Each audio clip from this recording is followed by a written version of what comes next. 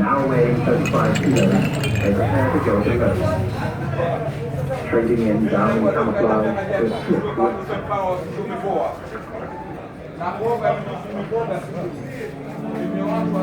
while young half seals take their seeds, their nests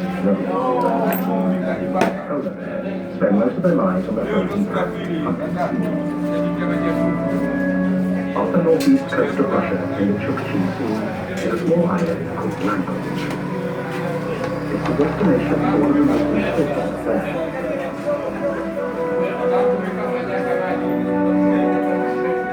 Around 25,000 bears roam. Many take advantage of Rattle Island's seclusion and lock from us. Up to 500 pregnant polar bears make their dance and are making the Carrot Islands each year.